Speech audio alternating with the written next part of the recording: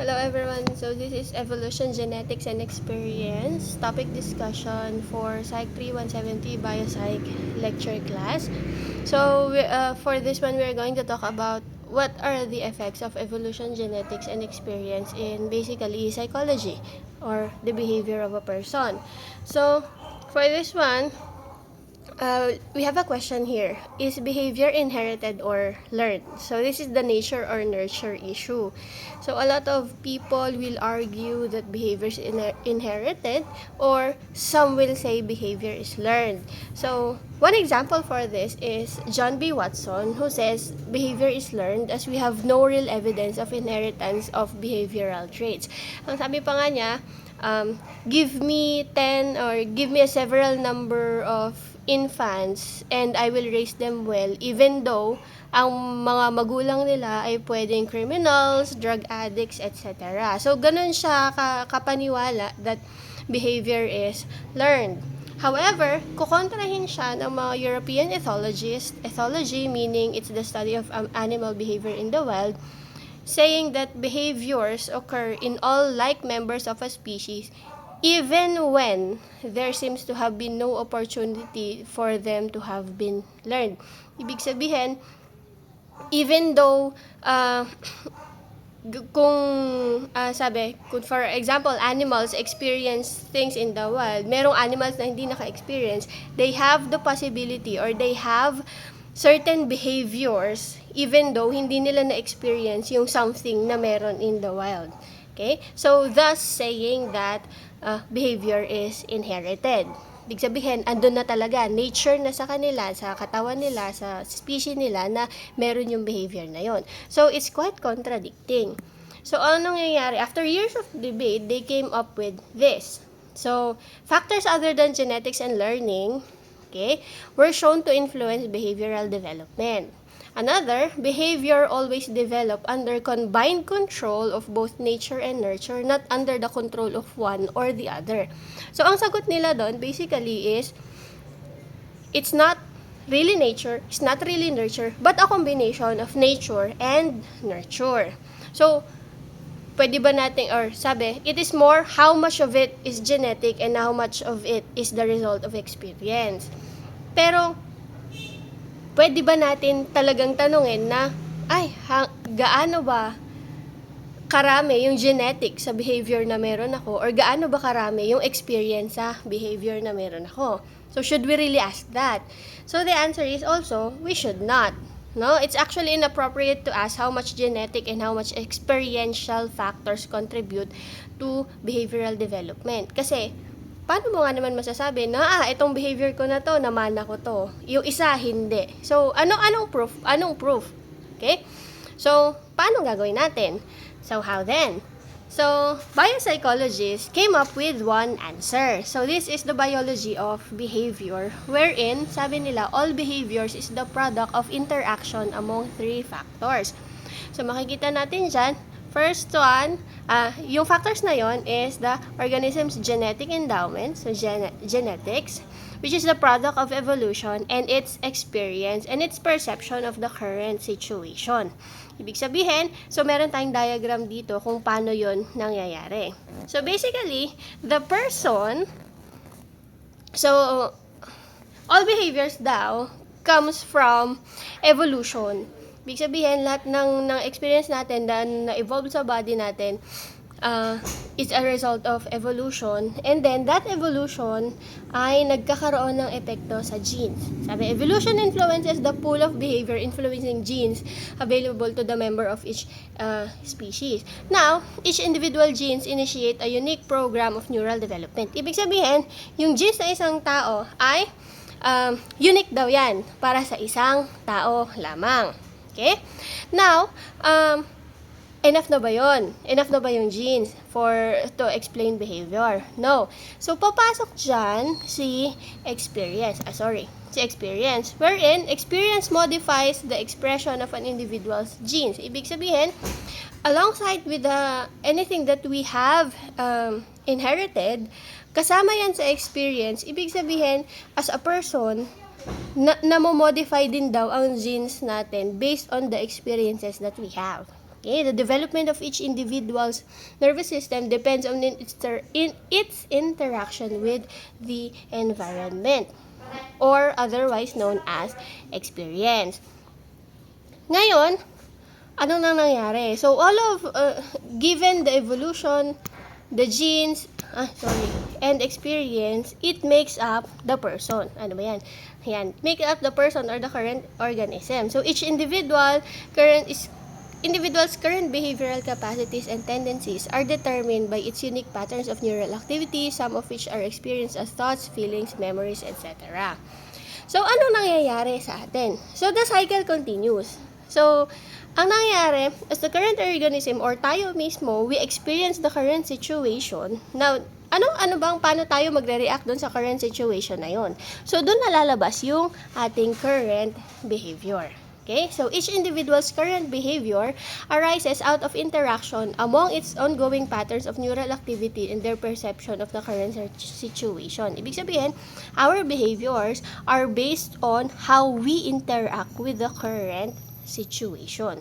So, yung behavior natin, it goes to our experience. How do you behave towards that situation? Then, pupunta na siya as experience. So, madadagdagan na naman yung i-interact ng genes natin. And also, as a cycle, syempre, yung current behavior na yun, kung very effective siya sa survival ng isang tao, i-retain yan and it goes to affect how a person evolves. Okay? So yan, the success of each individual's behavior influences the likelihood that their genes will be passed on to future generation. Ano ba example nito? No? For example, ngayon, tayo ay nahihirapan sa sitwasyon in terms of in terms of surviving, no? Yung pagiging mahal ng mga bilihin, etc., etc., etc. So, how do we react to that current situation? So, pwede yung iba magiging frugal sila, magiging matipid sila, ganyan. And then afterwards, how will that affect the evolution of the person? So, pwedeng matututo sila na, baka pwedeng konti lang yung gastusin natin and it will be, kahit hindi natin man sabihin that it will affect the evolution of a person. Siguro yung sa mga susunod na generation, matututo na sila ng mga bagay or practical ways on how we live our life because it's part of the previous generation's experiences. So, ganon. So, that is how biopsychologists give explanation to the behavior of a person. So, hindi lang siya nurture, hindi lang siya nature, but a combination of both. So, nag-end na ba dun yung discussion? No. So, i-define natin siya in deeper sense. Okay? So, first, we're going to talk about here evolution, genes, and experience. Okay? So, first, human evolution is started, actually, marami na ang nag-study about human evolution before Charles Darwin. But pinaka-prominent kasi yung Darwin's theory of evolution kasi nga, si Charles Darwin, marami siyang evidences to support his claims. No?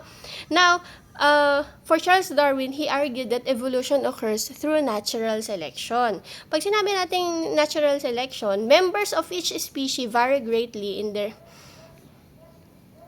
their structure, physiology, behavior, and that heritable traits associated with high rates of survival and reproduction are most likely ones to be passed on to future generation. Ano bang ibig sabihin nun? No? Ang nangyayari kasi dyan, natural selection means yung traits na meron tayo, heritable traits na meron tayo, ay ito yung nire-retain ng katawan natin in order for us to survive and reproduce. Ano ba yung mga yon? Yung mga skills, genetic makeup, DNA, information na relevant sa survival and reproduction ng tao, yun ang nire-retain ng ating katawan. Okay? So, yun yung nire-retain and also, yun yung ine-evolve for us to survive and to reproduce. Okay? And it's most likely the ones to be passed on to future generations. Parang ang sinasabi, the best of the best will be selected. Okay? Yun yung itinitira for humans to, or certain species to evolve. Okay? So, sabi niya, ayan, argued that natural selection, where repeated for generation after generation, leads to human evolution of the species that are better adapted for surviving and reproducing in their particular environmental domain. So sabi nga natin, yun nga, yung pinaka yung skill na magi-equip sa humans for them to better adapt and survive, yun ang nire-retain and also reproduce, yun ang nire-retain sa ng evolution, or yun yung ine-evolve ng evolution. Yun nga, for because it's the way of nature. Kailangan nating adapt and maka-adapt, survive and reproduce. Now, ano ba namang relation nun sa behavior? So for behaviors kasi, ano yan, makikita rin yan sa evolution, no? Ano ba example nun? So, their ability to find food, avoid predators, and defend once young, obviously increases an animal's ability to pass on its genes to future generation. So, yung way ng survival nila, yung behaviors na kalakip nun, definitely, yun yung mga nare-retain and yun yung mga ine-evolve para makasurvive sila sa next generations. Now, when it comes to the human brain naman, early research on the evolution of human brains basically focus on its size. Sabi nila, this assumes that brain size and intellectual capacity are closely related. Ibig sabihin, the bigger the brain that you have, the more intellectual capacity you have. Pero, nagkaroon ng flaw doon. So, what seems to be the problem with that?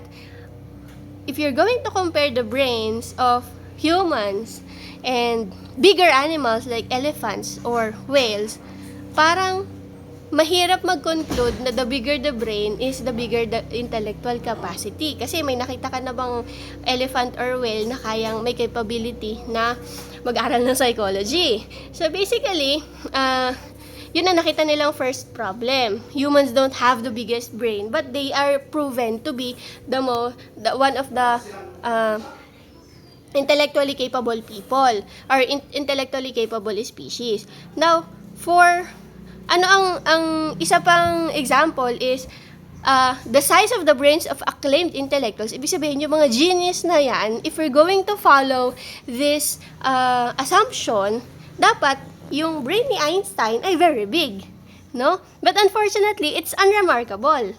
Ibig sabihin, parang kasize lang siya ng normal na brain. So, definitely, they cannot follow through with this assumption. So, paano ang naging assumption nila then after? So, ang naging reasonable approach after is that they compared the evolution of different brain regions. So, anong example nun? So, brainstem, so it's the one responsible for regulating reflex activities that are critical for survival, such as heart rate, respiration, and blood glucose level, and also the cerebrum. Okay? Na kung saan it is involved in complex adaptive process such as learning, perception, and motivation. So, tinignan nila ito na lang part ng mga brain na to. Gaano ba ito nag-evolve? Okay, so here is an illustration. So, makikita natin, as compared to humans, chimpanzees, cats, and rats have smaller brains, no? Pero, so what can we get from this? So, the brain has increased in size during evolution. So, makikita naman natin na from fish up to humans, mas malaki na talaga, no?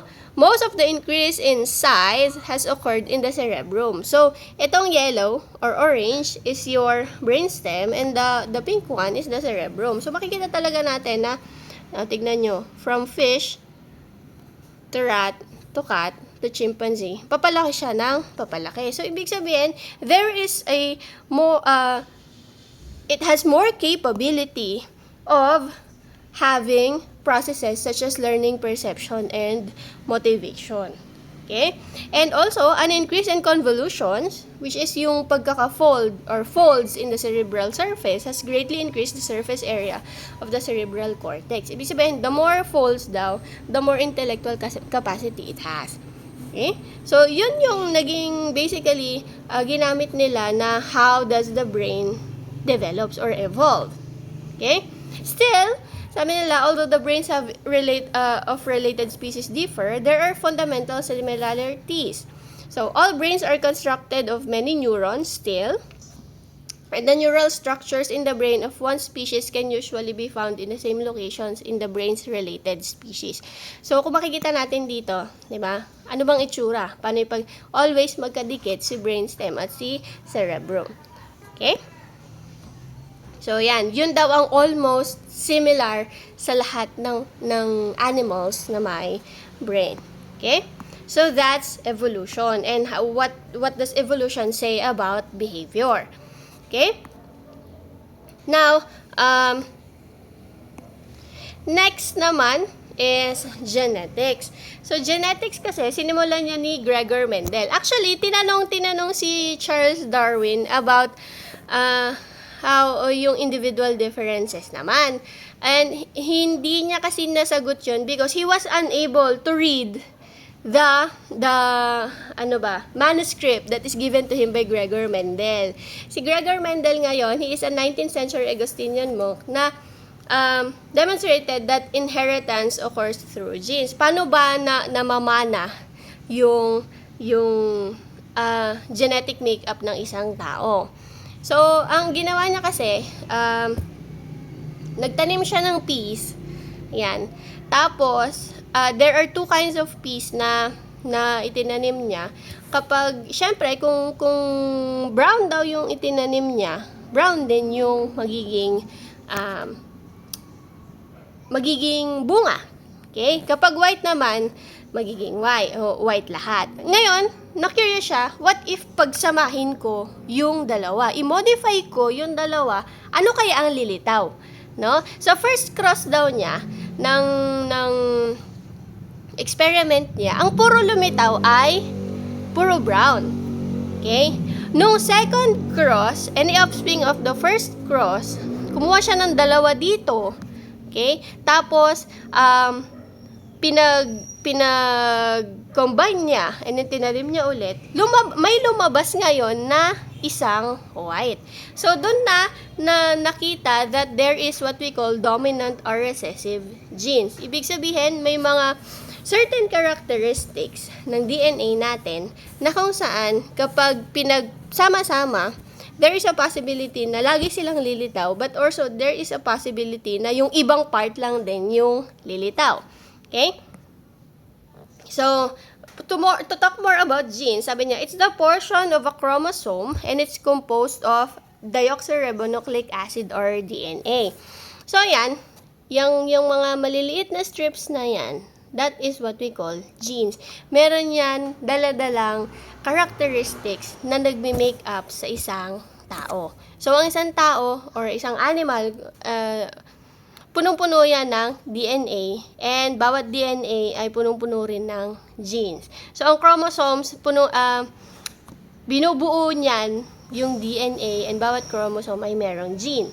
Ngayon, sa tao, there are 23 chromosomes. So, isa-isang strand ng DNA, merong 23 chromosomes that has two gene, that has a pair of genes dun sa, na yon, sa bawat, ano man tawag dito? Strand. Ganyan.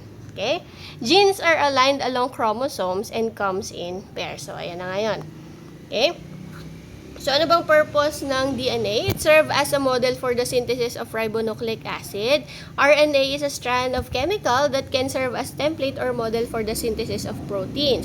Ano naman ang purpose ng protein? So, basically, since DNA and RNA makes up the whole person, no, proteins naman is also used for the development of the body. So they are also used for forming parts of the structure of the body. So, serves as enzymes, biological catalysts that regulate chemical reactions in the body. So importante 'yan, no? So ano namang kinalaman 'yan sa behavior? Ang nangyayari kasi, all the genes that we have, it contains certain behavior that is inherited from our parents. no? And yun kasi, yung genes na yun, na ipapasa siya sa atin, and kung ano yung behavior na meron yung parents natin, there is a possibility, sabi nga, na makuha din natin yun. Kasi nga, it's hereditary. So,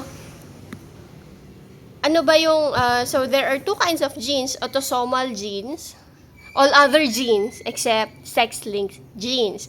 Ang sex-linked genes, ito yung tinatawag na sex chromosome. So, it is determined, it is used to determine ano ba yung lalabas na biological sex ng isang tao kapag siya ay nabuo. Na? So, males, they have X chromosome, females have 2X chromosomes, and males have X and a Y chromosome. So, anong nangyari? During reproduction, an X chromosome ay dinodonate ng female, matik, and then males contribute either an X or a Y. Kapag X ang naidonate, syempre magiging XX, magiging female. Kapag Y ang naidonate, magiging XY, magiging male. So, ano ba ang kahalagahan nga nun? So, sabi ko nga kanina, it carries a lot of the genetic makeup of a person. So, kung ano ang magiging itsura mo, ano ang magiging possible biological capability mo, ano yung biological makeup mo, it comes from the genes that is inherited from our parents. Okay? So, basically, all the behaviors that you can have, pwede rin daw yang mamana. Okay? Now, there is what we call epigenetics, a field that is concerned with the change in gene expression without the modification of DNA sequence. Ibig sabihin, you will not genetically modify the DNA sequence. But in epigenetics, inaaral niya kung paano nga ba nag-change yung genes ng isang tao. Okay? So, there are two ways. Several ways, but we will focus on these two. First one is mutation, a heritable change in DNA molecule. Ibig sabihin, for this one, nag-evolve. Okay? Merong something na nangyari for it to mutate. Or the second one, microduplication or microdeletion. Ibig sabihin, sa part ng chromosome, it might appear once, might appear twice or not at all. Ano bang example? Ano bang ibig sabihin? So, for this one, sa genes na yan, no? Sa chromosomes, di ba? Partner. Ngayon, sa microduplication, yung genes na kailangan, nagkaroon ng dalawa. Okay? So, automatic, meron ka na ng characteristic na yan kasi dalawa na yung meron sa'yo. Pwede rin namang isa, pwede ring wala. Yun ang doon na pumapasok si microdeletion. Ibig sabihin, nawala yung genetic characteristic na iyon. Okay? Yan. So, few examples here is, some researchers believe that schizophrenia might be a result of microduplications and microdeletions of brain-relevant genes. Ibig sabihin, on the creation of the brain or the genes that is composed, or the genes that composing the brain, meron dong part na for schizophrenia patients, ibig sabihin, merong part ng gene nila na siguro nag-microduplicate, na doble, ibig sabihin, nagkaroon ng mas malaking chance to develop schizophrenia, or microdeletion, may mga natanggal na part ng genes nila, no? Gene characteristics nila, na ibig sabihin, it led to the patient to have schizophrenia. Okay? So, ganun yung nangyari. So, epigenetics ang nag-explain doon. Bakit nag-change? Okay? So, some genes, sabi nila, it's only active at certain point in one's life or at certain time of the day. Ibig sabihin, hindi siya laging gumagana. So, there are instances na yung gene mo, dormant lang siya. No? Kasi hindi siguro siya yung ginagamit on a certain, yung gene characteristic ng gene na yon, hindi siya relevant dun sa na-experience mo sa araw-araw, no? Now, changes in gene expression are central to learning and memory. Ibig sabihin, how your gene expression changes, it also affects your learning and memory. Ibig sabihin, what you do at any moment not only affects you now, but produce epigenetic effects that alter gene expressions for longer period of time, which means experiences alter the activity of genes. Ibig sabihin lang nito, no? Since genes are related to learning and memory, yung mga na-experience mo daw na bagay-bagay, it is, parang natututo dyan yung sarili mo, or specifically, your genes. No? And yung genes na yon ay parang ina-alter niya yung sarili niya, whether kailangan pa niya yung genetic characteristic na yon or hindi na. Ibig sabihin, the longer period that you use that genes, mas gamit siya. Pero the more, based on your experiences, no? But once you experience something na masasabi niyo, hindi ko na siya masyadong nagagamit, and then naulit yung experience na yun, hindi na naman siya nagamit, there is a possibility na i-alter niya yung genes na yun or hindi na niya totally gamitin. Sa susunod, no, at some point in your life, sa susunod, kunwari nag-reproduce ka, pwedeng mawala na yun sa ipapamana mo sa anak. Okay?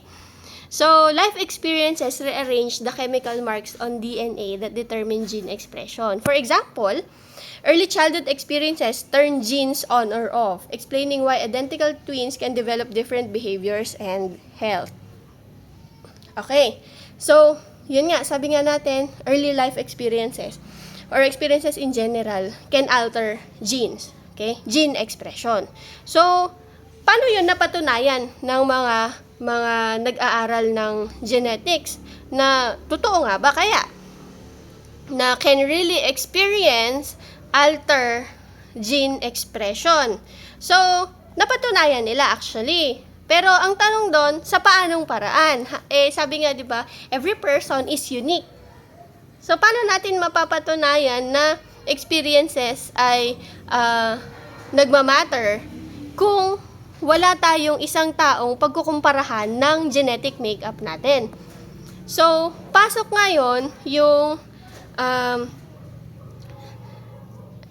human psychological difference in terms of genetics. So, sabi nila, since experiences, to assess the relative contribution of genes and experience to the development and difference of social attributes, behavioral geneticists study individuals of known genetic similarity. So, ang sagot nila doon, so paano tayo makakahanap ng isang tao na kamukha natin that has the same genetic makeup? So, ang sagot nila is twin studies or the twins. Na kung saan, di ba, pag sinabi nating twins, they share the same genetic makeup. Especially if they are monozygotic or they are from one egg. No? So, there are a lot of twin studies na ginamit talaga yung genetic characteristics nila to know whether kung buong buhay ba talaga nila ay pare-pareho or parehong-pareho lang yung genetic characteristics nila. No? So, here are several. Here are two. So, ayan, twin studies. The study of epigenetic effects in humans is difficult because yun nga, it's not ethical kapag minanipulate natin yung genes ng isang tao. So, twin studies tayo na kung saan may dalawang tao na almost identical or genetically identical yung gene characteristics nila. So, sila ang ginamit ngayon for studies. Okay? So, I will give you two. Here is Fraga and colleagues in 2005. Nagkaroon sila ng twin studies na they took tissue samples, blood, skin, and muscle from 40 pairs of monozygotic twins ranging from 3 to 47 years old. Tapos, they screened the tissues for epigenetic alterations like DNA, chemical and genetic na procedures, and nakita nila that the twins are epigenetically indistinguishable early in life. Ibig sabihin, parehong-pareho sila early in life, but difference between them accumulated as they age. So, what they can conclude with this is that ano lang ba yung pwedeng maging dahilan para magkaiba sila? So, life experiences. So, doon pumapasok yung epekto, yung factor ni experience on how the difference in behavior are present even in identical people. No? So, dyan na si experience. Definitely, may epekto siya sa genetics ng isang tao. Another is from Wong and colleagues in 2010. They used DNA methylation. Ito yung process in buccal cells scraped from 46 pairs of monozygotic twins and 45 pairs of dizygotic twins. So, they took samples from the twins at age 5. So, 5 years old, they took samples dun sa pag buccal cells sa cheeks galing, no? Tapos, they took samples again from the same twins at age 10. So, mahaba-haba yung methodology nila kasi more than 5 years ang ginamit nila, no? So, what they found out is that significant epigenetic changes in the DNA of both groups at both ages ay, ibig sabihin, there is significant epigenetic change. Yan. Ibig sabihin, dun sa age na dumaan, nagkaroon ng change. Ibig sabihin, there is definitely experiential factor kung bakit nagkaiba yung genetic makeup nung twins, even though they are supposed to be the same. Okay?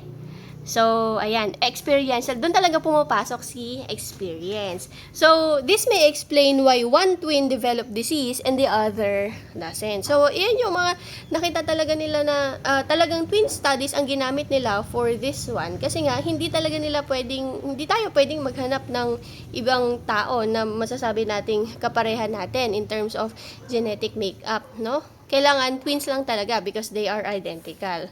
So, yan. That is how evolution, genetics, and experience affects the behavior of a person. Ibig sabihin, a certain behavior of a person, going back to this, no, is influenced by its genetic makeup, that is also influenced by evolution, and also influenced by experience. So, a person's behavior is a result of evolution, genes, and experience, no? So, kung titignan natin psychology, parang napaka-imposible na makakuha ng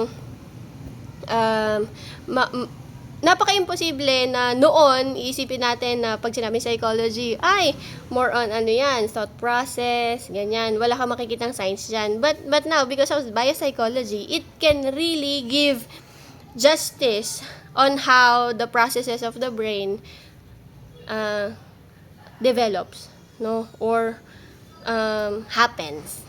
Okay? So, ayan. So, that is the discussion for evolution, genetics, and experience. Should you have any questions, pwede nyo siyang i-post sa ating Google Classroom. So, I hope that you learned something from this. Kung wala naman, yun nga. Kung hindi naman, or kung may tanong pa, you can ask using our Google Classroom. So, yun lang po. Thank you.